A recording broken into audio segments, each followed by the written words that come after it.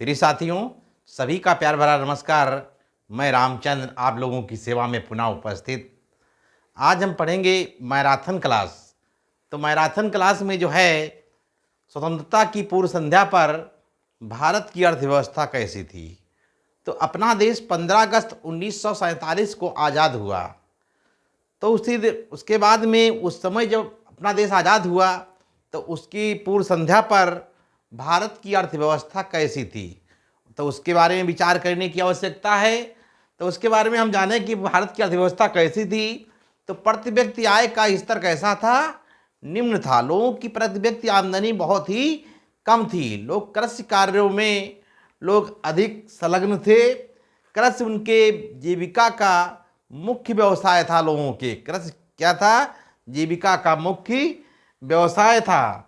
और उत्पादकता जो पैदावार होती थी तो बहुत कम होती थी। मध्यस्थों की संख्या अधिक थी। कृषि का व्यवसायीकरण नहीं हो पाता था। कहने का मतलब खाने भर के लिए मुश्किल से अनाज लोगों को मिल पाता था। तो देखा जाए बढ़िया कृषि की पैदावार भी अच्छी नहीं थी। देखा जाए उद्योगों की दशा बहुत ही खराब थी। उनका बहुत ही धीमा विकास था। उद्योगों के विषय में अगर चर्चा की जाए, कुटीर और लघु उद्योगों का पूरी तरीके से पतन हो गया था, क्योंकि अंग्रेजों का शासन था। तो अंग्रेजों के शासन के समय भारतीय उद्योग जो थे वो टिक नहीं पाए। लगभग कुटीर उद्योगों का पतन होता चला गया, क्योंकि उनके उद्योग कैसे थे, अच्छी क्वालिटी के उद्योग थे। तो उसके साथ में भारतीय उद्योग जो है टिक नहीं पाए। तो देखा जाए कि यहाँ देखा जाए आधारभूत संरचना का अभाव था।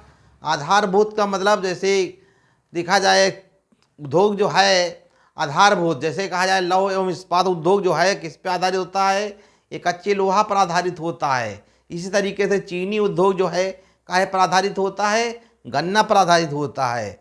और सूती वस्त्र उद्योग काहे पे आधारित होता है, वो कपास पे आधारित होता है। तो किसी भी उद्योग को चलाने के लिए कच्चे माल की उपलब्धता का होना बहुत ज़रूरी है। बिना कच्चे माल के उद्योगों की कल्पना नहीं की जा सकती।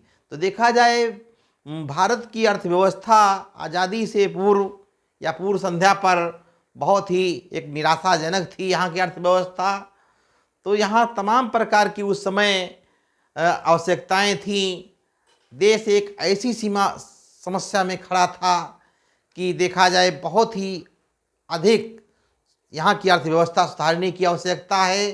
तो आज देखा जाए काफ़ी जो है भारत ने एक उन्नत की सीमा पर आगे बढ़ रहा है।